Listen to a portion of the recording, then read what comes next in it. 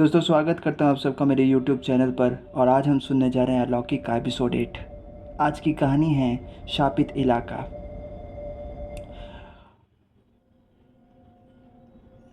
ये घटना 90 दशक की है। मंगंदरा बंगाल के पास एक छोटा सा गुमनाम गांव था। गुमनाम ही कह लीजिए, क्योंकि वो एक बहुत ही देहाती इलाका था और वहाँ पर बिजली और पानी की सुविधा बहुत कम थी। सरकार का वहाँ पर ध्यान भी कम था, जिस वजह से वहाँ के सड़कों की देखरेख के लिए कोई नहीं ज़्यादा ध्यान देता था। वहाँ के लोग का ज़्यादातर कमाई का साधन खेत खलिहानी था और बहुत जो उनके परिवार के कह सकते हैं बेटे या बड़े बड़े जो थे, वो अक्सर बड़े शहरों में जाके कमाते चले जाया करते थे। इन्हीं में से एक था रियाज़ अपने परिवार का इकलौता मर्द था। मतलब कह लीजिए तो उसके बाप के मरने के बाद अपनी बहन और माँ का सहारा लिए वो बड़े शहर कलकत्ता में रहने चला गया। उसके माँ और उसकी बहन कलकत्ता से बहुत दूर इस गुमनाम गांव मंगंदरा देहात में रहते थे। रियाज़ जो था वो शहर का पला बढ़ा था और उसे अंधविश्वासों में बिल्कुल यकीन नहीं था। लेकिन उसके साथ जो घटना घटी, उस घटना ने उसको आप कह सकते हैं कि बिल्कुल बदल के रख दिया। मंगंदरा बंगाल के पास एक छोटा सा गुमनाम गांव था, जहां शाम के बाद पूरा गांव सुनसान हो जाता था और अंधेरे के बाहर, या कह लीजिए तो अंधेरे के बाद वहां बाहर निकलना सख्त मना था। वहाँ के बड़े बुज़ुर्गों का कहना था कि आज से करीब कई साल पहले वहाँ कुछ ऐसा घटा था जिस के बाद से ही वो जगह एक शापित इलाका बन सा गया था। वहाँ ना तो रात गए कोई जाता था और ना रात गए कोई वहाँ से बाहर निकलता था। रात गए वो बस्ती एकदम कह लीजिए तो वीराना बन जाती थी, एक वीरान गांव बन जाती थी, जहां जैसे लगता था कि कोई इंसान का नामो निशान था ही नहीं। कुछ भी हो जाए, कोई भी घटना घट जाए रात को वहाँ पर, लेकिन गनीमत हो कि कोई अपने घर से बाहर निकल जाए। एक बार शाम तब्दील हुआ, बस अंधेरा होते ही दरवाजे खिड़कियाँ गांव के तमाम घरों के लग जाते थे। एक अजब सा खौफ था सबके दिल में, और वो खौफ एक सच्चाई थी। रियाज़ जो था वो शहर से वापस अपने गांव आया, क्योंकि उसकी माँ की तबीयत ठीक नहीं थी। हालांकि उसकी माँ चाहती नहीं थी, कतई नहीं चाहती थी कि वो गांव आए। वो बचपन से ही गांव से दूर पला बढ़ा था। जब तक उसके वालिद थे तब तक वो बहुत अच्छी खुशी ज़िंदगी बसर कर रहा था। लेकिन जैसे ही वालिद का इंतकाल हो गया तो उसे पढ़ाई बीच में छोड़कर कोलकाता में फिर नौकरी जुटानी पड़ी अपने घर को चलाने के लिए। हालांकि वो तकरीबन 2 से 3 दफ़ा ही अपने घर वापस लौटा था, और जब वो वापस आया भी था तो अपने वालिद के साथ आया था। बाप के गुज़रने के बाद तो उसकी माँ ने उसे गांव आने से एकदम सख्त मना जैसे कर दिया। वो कभी समझ नहीं पाया, लेकिन उसकी माँ हमेशा कहती थी कि अगर तुझे मुझसे मिलना हो तो मैं खुद तुझसे मिलने शहर आया करूँगी, पर तू कभी भी बिना बताए गांव मत आना। लेकिन इस बार रियाज़ ठहरा नहीं। उसकी माँ की तबीयत की जब उसे खबर मिली तो अपनी बहन से तो फ़ौरन कलकत्ता से मंगंदरा गांव के लिए रवाना हो गया। जब वो अपने गांव पहुंचा तो उस दिन दोपहर का कोई 12 बज रहा था। मौसम जो था करवटें बदल रहा था, सर्दी बस पड़ने ही वाली थी, इसलिए चारों तरफ अंधेरा ही अंधेरा था। चारों तरफ अंधेरा ही अंधेरा था, और वो अंधेरा था काले बादलों से घिरा आसमान का। जब रियाज़ अपनी गाड़ी से गांव में एंटर हुआ तो उसने देखा कि गांव छोटा सा था, तो गांव के पास ही एक कब्रिस्तान पड़ता था। कब्रिस्तान से गुज़रते ही गाँव आता था। दोनों तरफ खुला माठ, जैसे कहते हैं हिंदी में खुला मैदान। तो उस सड़क से जब रियाज़ अपने गाँव की तरफ आ रहा था, तो उसने देखा कि वहाँ के जो कब्रिस्तान थे वहाँ पर लोगों की भीड़ जमी हुई है। वो पहले तो बहुत ज़्यादा हैरान हुआ। वो वहाँ गया तो उसने देखा कि उसके जानने वाले काका, चाचा और गांव के कुछ लोग जिसको वो जानता था, वो सब मायूसी से वहाँ खड़े थे एक लाश के पास। ज़रूर किसी का जनाज़ा दफनाया जा रहा था। तो ऐसे में रियाज़ को बहुत बुरा लगा कि वो ऐसे वक्त में वहाँ पहुँचा जब किसी का जनाज़ा कब्र में दफन होने के लिए जा रहा था। वो वहाँ पहुँचा, उसे देखते ही हर कोई, मुखिया तक हैरान हो गए। लेकिन फिर उससे सबकी नज़रें जैसे हट गई। एक ने उससे पूछा कि तुम शहर से कब वापस लौटे? तो इसमें रियाज़ ने कहा कि बस आज ही। किसका किसका इंतकाल हो गया है? उसने पूछा। तो गांव वाले ने कहा कि मनसूख चाचा के लड़के का। ये 5वीं वारदात है। ये सुनकर जैसे रियाज़ ठहर सा गया। मनसूख चाचा का लड़का करीबन उसी की उम्र का था और बहुत ही बचपन में जब वो उससे मिलता था तो बहुत ही नटखट था। लेकिन एकदम से उसकी मौत जवानी में कैसे हो गई? क्या उसे कोई बीमारी थी? गाँव वाले ने इनकार में सर हिलाया। उसने कहा कि उसने वही गलती दोहराई। लाखों बार मना किया गया था उसे कि रात को गांव का चक्कर ना लगाए, और वो अपने घर से बाहर ना ही सिर्फ निकला बल्कि खेतों की तरफ चला गया। मौत तो होना ही था। घर से बाहर कदम रखना ही तो मौत को दावत देना था। उसे बहुत अफसोस हुआ, लेकिन वो समझ नहीं पाया कि आखिर उसकी मौत कैसे हुई। उसने सोचा कि शायद पुलिस वाले आए। इस बारे में उसने कई बार अपनी माँ से भी कहा था कि जब भी कोई घटना घटती थी तो उसकी माँ या तो वो बात छुपा लेती थी या उसे कहती थी कि उस पर वो ध्यान ना दे। लेकिन रियाज़ ने इस बार घर पहुँचते अपनी माँ से पूछा कि ये सब क्या घटा है? क्या पुलिस इसके पीछे की छानबीन नहीं कर सकती? जिस पर माँ का कहना था कि पुलिस क्या, इंसानों को पकड़ती है। वो कब से ऐसी अलौकिक चीज़ों को पकड़ेगी जिन चीज़ों से सिर्फ़ और सिर्फ लोगों की मौत ही होनी है? रियाज समझ ना पाया। उसने गुस्से में आकर कहा कि मनसूख का बेटा उसका दोस्त जैसा था, उसे उसके इंसाफ के लिए कुछ तो करना चाहिए था। जिस पे उसकी माँ ने सख्ती से उसे कहा कि अगर वो यहाँ आया है तो सिर्फ अपने परिवार पे ध्यान दे, दूसरों की मामलों में ना जाए। और दूसरी बात, पुलिस अपनी छानबीन कर लेगी। रियाज ने कहा कि ये तो हमेशा से सुनते आया हूँ। क्या घट रहा है इस गांव में? ये 5वीं वारदात है। क्या हो रहा है यहाँ पर? कौन मार देता है गए रात लोगों को? क्यों गांव वाले आज भी रात को अपने घर से बाहर निकलने से कतराते हैं? उसकी माँ ने उसे कसम देते हुए कहा कि बेटा, मैं तुझे सब सच्चाई बता दूंगी, लेकिन तुझे वास्ता है कि तू इन सब पे ध्यान मत दे। मैं नहीं चाहती कि तेरे साथ कुछ गलत घट जाए। उसकी बहन ने भी उसे समझाया।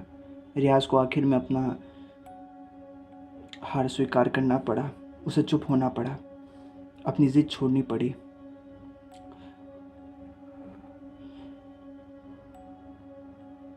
खैर, रियाज के आने से उसकी माँ तो खुश हो गई, बहन भी खुश थी और वो उनके साथ अपना वक्त गुजारने लगा। आखिर इतने साल बाद तो वो आया था। रात को खाना वाना खा के रियाज सोने के लिए अपने कमरे के पास बैठा। उसका घर कोई ज़्यादा बड़ा नहीं था। मिट्टी का गांव का जो देहात का घर सब होता है, बिल्कुल वैसा ही था। और वो अपने कमरे में जाके लेटा हुआ था ज़मीन पर। वहाँ उसकी माँ ने उसके लिए बिस्तर और खटिया भी बिछा दिया था, लेकिन उसे ज़मीन पर सोने की आदत थी तो वो वहीं सो रहा था। उसकी नींद कच्ची थी। शाम 6:30 होते होते उसकी माँ ने घर का दरवाज़ा सब लगा दिया और मोमबत्तियाँ तेज़ कर दी। कमरा मोमबत्तियों से रोशनदान था, बिजली का नामो निशान नहीं था। अचानक रियाज़ की नींद टूटी। उसे जल्दी सोने की आदत नहीं थी। बड़े शहरों में तो भाई लोग तो 11-12 बजे तक जागते हैं, और भला यहाँ रात 9 बजे किसे नींद आनी थी। उसकी माँ और उसकी बहन दूसरे कमरे में सो चुकी थी। उसने देखा कि कुत्ते के रोने की आवाज़ें आ रही थी। फिर कहीं दूर जैसे किसी जानवर की और ज़्यादा रोने की आवाज़ आई। कैसी अजीब सी रात थी वो, कितना सन्नाटा था वहाँ पर, न जाने क्या होता है। एक बार फिर उसके जहन में मनसूख चाचा के बेटे का ध्यान आया। गांव वालों में जैसे एक खौफ था, एक के बाद एक गांव वाले मर रहे थे। आखिर हो क्या रहा था? काश उसे ये दायित्व मिलता कि वो खुद जाकर बाहर देखता कि आखिर इतनी रात के उस गांव में होता क्या था।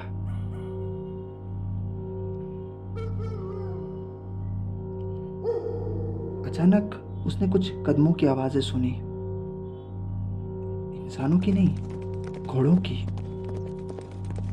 इतनी रात गए, गांव में घोड़े कहाँ से आ गए थे? वो उठा और पास की जो खिड़की थी, उस खिड़की से उसने पर्दा हटा के बाहर की तरफ देखा। आमतौर पर देहात के गांव के जो मिट्टी के घर होते हैं, उनकी खिड़कियों में शीशे नहीं होते। तो इनकी माता ने वहाँ पे पर्दा लगा रखा था, जिस पर्दे को हटाकर रियाज़ ने बाहर की तरफ देखा तो उसे अंधेरे में कोई नहीं दिखा, और घोड़े की आवाज़ बिल्कुल नज़दीक आ रही थी। जैसे लग रहा था कि वो बस्ती में ही दौड़ रहे थे। एक नहीं, दो नहीं, बहुत सारे। रियाज़ का छत का मकान था, तो वो ऊपर तक छत पे जा सकता था, लेकिन छत पे जाने के लिए उसे सीढ़ियों से ऊपर जाना होता, जो कि माँ के कमरे से गुज़रता था। इसने एक बार अंदर झांका तो देखा कि उसकी माँ सो रही थी। वो भारी कदमों से चलता हुआ सीढ़ियों तक पहुंचा। फिर उसने सीढ़ी पर चढ़कर छत का हल्के से फाटक खोला। फाटक ना कह लो तो कह लो कि एक घास जैसी एक बनाई हुई मचान का ढक्कन है, ऐसा ही कुछ समथिंग था, जिसे उसने ऊपर से तख्ता से हटाया। मचान के तख्ते को हटाने के बाद जब वो ऊपर पहुंचा तो वो मिट्टी के छत पर था। उसने आहिस्ते से ऊपर झांक कर देखा। पूरा गांव उसके घर से दिखता था। आसपास के तमाम घर बंद थे। मोमबत्ती की लौ तक नहीं दिख रही थी किसी घर से। उसने देखा कि दूर वो जो बस्ती से बाहर का रास्ता जा रहा है, वहाँ से कुछ घोड़े बस्ती से गुजरते हुए चले जा रहे थे। लिहाज ये देखकर जैसे बिल्कुल दहशत में आ गया, क्योंकि उन घोड़ों के ऊपर कुछ काले लिबास पहने लोग थे। एक नहीं, दो नहीं, बहुत सारे, 5-6 लोग थे अपने अपने घोड़ों पर। सफ़ेद घोड़े थे। ये लोग कौन हैं? क्या कोई डकैत है ये लोग? क्या यही लोग गांव वालों के दिल में दहशत फैला रहे हैं कि गांव वाले गांव खाली कर दें और ये लोग यहाँ धावा मोड़ लें? काश इसके पास उस वक्त कोई हथियार होता, या किसी तरह वो ये जान पाता कि वो लोग आखिर हैं कौन। लेकिन अकेले उन लोगों से भिड़ना इतना आसान नहीं था। वो लोग चले जा रहे थे। उसके बाद घोड़ों के कदमों की आवाज़ आनी बंद हो गई। वो घोड़े दिखने भी गायब हो गए। रियाज ने फैसला कर लिया कि वो अगली रात उन घोड़ों के बारे में मालूमात करके रहेगा कि वो आखिर हैं कौन। अगली रात रियाज ने कोई सब्र नहीं किया। वो पहले से ही तैयार था। फिर से उन घोड़ों की आवाज़ आनी शुरू हो गई। वो घोड़े पास से गुज़रते हुए वहाँ से, उसके घर से दूर होने लगे। वही वक्त था जब वो उन घोड़ों के गुज़रने का इंतज़ार कर रहा था।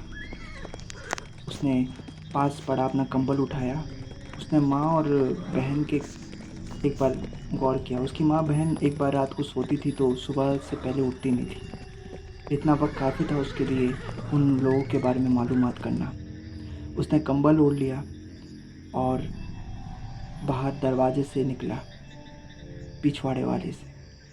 फिर उसने बदस्तूर दरवाजे को लगाया और वहाँ से भारी कदमों से चलता हुआ उन घोड़ों को छुप छुप के देखने लगा अपने बगीचे से। जब वो घोड़े बिल्कुल दूर चले गए तब उसने पास पड़ी अपनी साइकिल उठाई और साइकिल पर सवार होता वो उनके पीछे भागा। वो उसी कच्ची सड़क पर चलता हुआ गांव से बाहर की तरफ निकल गया। अब वो घोड़े दिखने गायब हो गए थे। इतना बड़ा खतरा मोल लिया था रियाज ने। उसे डर नहीं थी अब कि क्या मालूम कब कौन सी आफत उसके सामने आ खड़ी हो। वो बस साइकिल से चलता हुआ आगे बढ़े ही जा रहा था, बढ़े ही जा रहा था। रात गहरी हो रही थी, कुत्ते भौंक रहे थे। ऐसा वीराना छाया था कि आम इंसान का उस वीराने में गुजरना भी मुहाल था।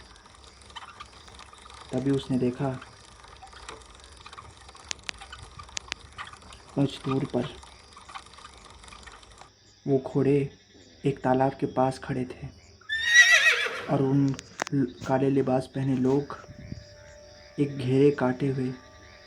घेरा काट कर खड़े थे और उस तालाब से पानी को अपने हाथों से पी रहे थे। ये कोई इंसान ही थे शायद।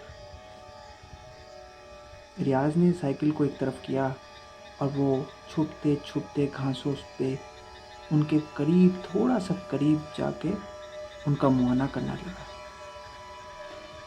तो उसे एहसास हुआ कि वो लोग कोई इंसान थे ही नहीं, क्योंकि अगर वो इंसान होते तो उनकी कद काठ मुसलसल 6 या 7 फुट तक तो होती, लेकिन वो तो 8 फीट के थे और उनके घोड़े इतने ऊंचे। उसने ज़िंदगी में कभी ऐसे लोगों को नहीं देखा था अपनी लाइफ में। ये लोग कौन थे? क्या ये कोई अजीब लोग हैं? कोई डकैत है? कौन है ये लोग? और काला लिबास क्यों पहन रखा है इन्होंने? तभी उसकी नज़र उनके हाथों पर पड़ी। जहाँ इंसान की 5 उंगली होती है वहाँ उनकी 6 उंगलियाँ थीं और उनके हाथ, कलाइयाँ बिल्कुल सफ़ेद थी। अब रियाज को तो लगने लगा कि जब उनके हाथ इतने दिखने में भयंकर थे तो उनका चेहरा कैसा होगा। रियाज को लगा कि अब वहाँ ठहरना ठीक नहीं है। वो मालूम कर चुका था कि उसकी माँ झूठ नहीं बोलती थी। वो लोग वाकई कोई इंसान नहीं थे, क्योंकि उनकी कद काठ इतनी लंबी थी कि उन्हें देख के ही रियाज को खौफ हो रहा था। वो अब वहाँ से किसी भी तरीके से खिसक के निकल जाना चाहता था। वो लोग अपने घोड़े पे सवार होकर वहाँ से गुजरने वाले थे। ऐसा लगता था उनका रुख रियाज की तरफ था, यानी वापस बस्ती की तरफ, और इसका मतलब था कि रियाज उनकी नज़रों में आ जाता जहाँ वो छुपा हुआ था। रियाज ने फुर्ती से अभी अपनी साइकिल की तरफ दौड़कर साइकिल को थामा ही था, तभी अचानक गलती से उसका हाथ साइकिल की घंटी पर लग गया और साइकिल की घंटी बज उठी। ये सुनते ही उन लोगों की निगाह रियाज की तरफ हुई। रियाज जैसे दहशत से कांप उठा। वो लोग अजीब सी आवाज़ अपने गलों से निकालते हुए रियाज की तरफ जैसे हावी होने लगे। रियाज भागने लगा, जैसे तैसे साइकिल को स्पीड से वो वहाँ से भागने लगा और वो लोग उसके पीछे थे। जैसे जैसे साइकिल वो आगे बढ़ा रहा था, ऐसा लग रहा था जैसे साइकिल कितनी धीमी सी हो गई थी और वो घोड़े, उनकी तेज़ कदमों की आवाज़ और भी करीब आती सुनाई देने लगी थी। अब तो लगने लगा था जैसे कि अब बस कुछ ही पल की बात है। रियाज हाँफने लगा। वो डर के मारे दहशत में और ज़्यादा पागल सा हो गया।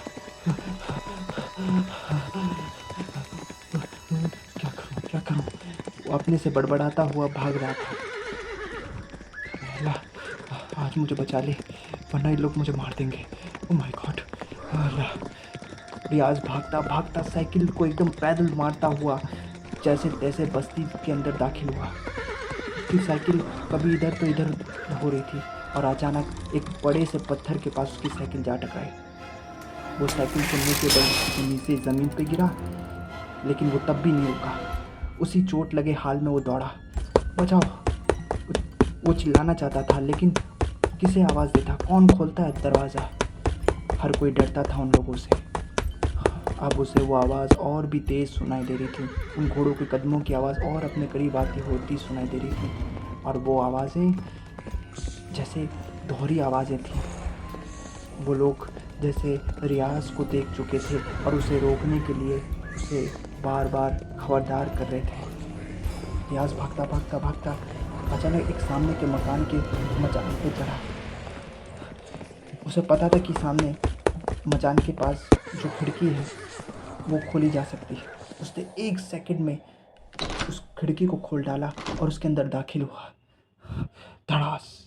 वो एक ऐसे घर में कूदा जिसे वो जानता था। वो घर, वो मकान किसी मौलवी साहब का था। मौलवी साहब उस वक्त नींद के आगोश में नहीं, अपने अमल में बैठे थे शायद। उन्होंने बौखलाए डरे रियाज को देखा, जो एकदम से उनके घर की खिड़की से अंदर दाखिल हुआ था। वो एकदम से खड़े होकर उससे पूछने लगे, तुम यहाँ कैसे? इतनी रात को तुम यहाँ क्या कर रहे हो?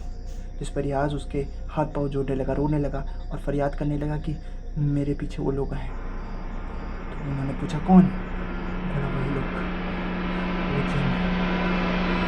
ये सुनते ही मौलवी साहब ने फ़ौरन खिड़की को जल्दी से लगाया और उस पर एक जंजीर बांधी। ना जाने उनके पास वो जंजीर कहाँ से आई थी। उन्होंने फ़ौरन रियाज से कहा कि वो तुरंत एक खटिया के नीचे जाके छिप जाए, कुछ नहीं होगा उसे। रियाज ने फ़ौरन वैसे किया। मौलवी साहब उसके साथ कमरे में दाखिल हुए। तभी उन्हें एहसास हुआ जैसे पूरे घर को किसी ने घेर लिया था, या फिर उन लोगों ने। वो जान चुके थे कि रियाज वहाँ पहुँच चुका था। वो लोग दहाड़ रहे थे, चिल्ला रहे थे। वो अपनी भाषा में कुछ वो कह रहे थे। मौलवी साहब ने फ़ौरन अपनी आंखें उलट ली और कुछ पढ़ने लगे। उन्होंने अब रियाज ने देखा कि उनकी आंखें एकदम लाल हो रही थी। उन्होंने फ़ौरन बुलंद आवाज़ में कहा कि तू लोग जो लोग हैं, चला जा यहाँ से। इस बच्चे ने तेरा कुछ नहीं बिगाड़ा, चला जा। ये कभी किसी को नहीं कबूलेगा। लेकिन उनकी बात को जैसे किसी ने अनसुना किया। पूरा घर जैसे हिलने लगा। मौलवी, रियाज दोनों जैसे घबरा से गए, लेकिन मौलवी साहब ने अपनी घबराहट को काबू किया और वो कुछ पढ़ते रहे। तभी अचानक रियाज ने देखा कि खिड़की खड़खड़ाने से लगी और एक तेज़ हवा अंदर दाखिल होने लगी। एक तेज़ हवा अंदर दाखिल होने लगी थी। हो करती हवा का शोर। अब तो जैसे लग रहा था कि अब रियाज बच नहीं पाएगा। तभी दरवाज़ा खुला तेज से। खिड़की भी अपने आप खुल गई और ठीक वो तेज़ हवा का झोंका जैसे अंदर दाखिल होने लगा। रियाज महसूस कर सकता था कि जैसे उसे कई हाथों ने पकड़ लिया था। छोड़ो मुझे, छोड़ो मुझे। वो दोहराती आवाज़ जो किसी के गले, कितने गलों से निकल रही थी, वो पूरे घर को जैसे हावी थी, पूरे घर में गूंज रही थी। रियाज को महसूस हो रहा था कि वो लोग घर के अंदर थे, लेकिन दिख नहीं रहे थे। तभी मौलवी साहब ने रियाज का हाथ थाम लिया और ठीक तभी जैसे वो तूफ़ान अपने आप थम गया। रियाज को समझ में आया कि वो तूफ़ान कैसे थमा था, क्योंकि सुबह होने वाली थी। सुबह की रोशनी धीरे धीरे आसमान में हावी होते हुए चारों तरफ फैल रही थी।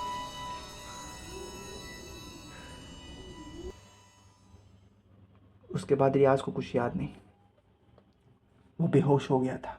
जब उसे होश आया तो मौलवी साहब उसके पास सिरहाने पर बैठे हुए थे। दिन चढ़ चुका था। रियाज की माँ और रियाज की बहन भी वहाँ मौजूद थी। उन्होंने उसके बारे में, रियाज के बारे में उनसे कहा कि बहुत ही गज़ब का काम किया आपके बेटे ने। अगर ये वक्त रहते मेरे मकान में दाखिल ना होता तो आज आप इसे खोज चुके होते, वो जिन्नात इसे मार देते।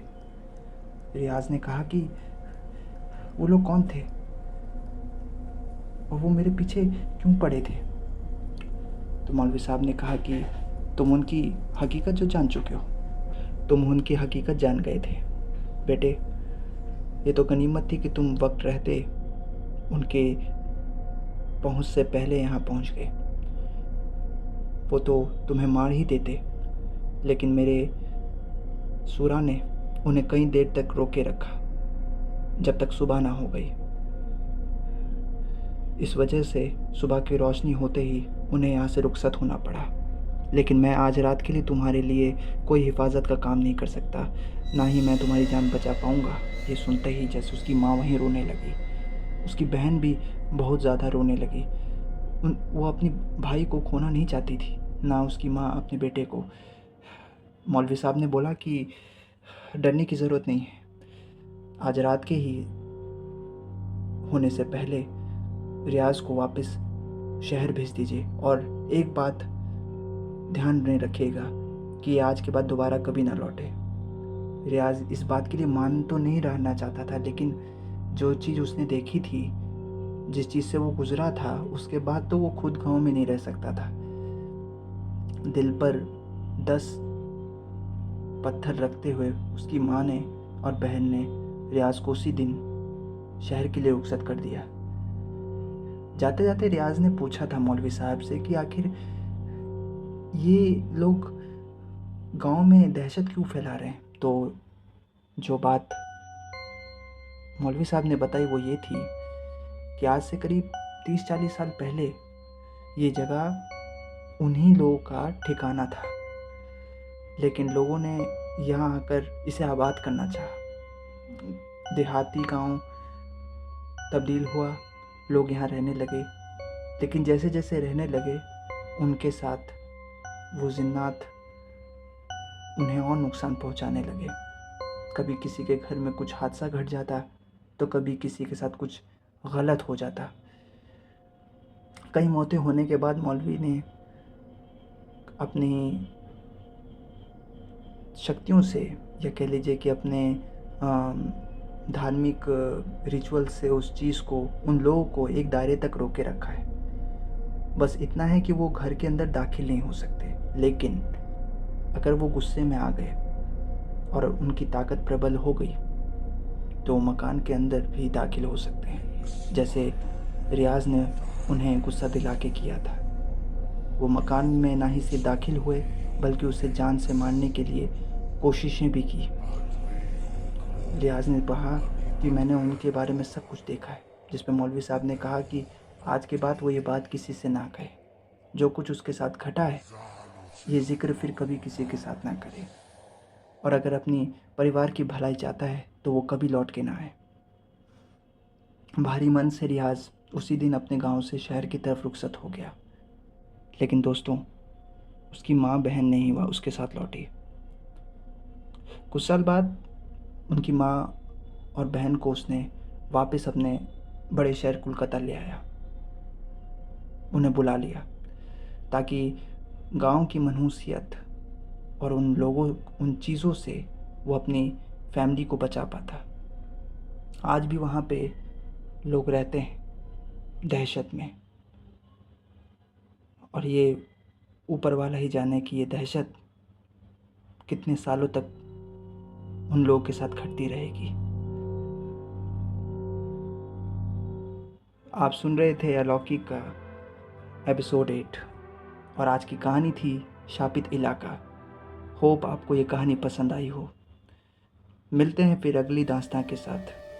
अलौकिक में एक नए एपिसोड में। खुदा हाफिज़।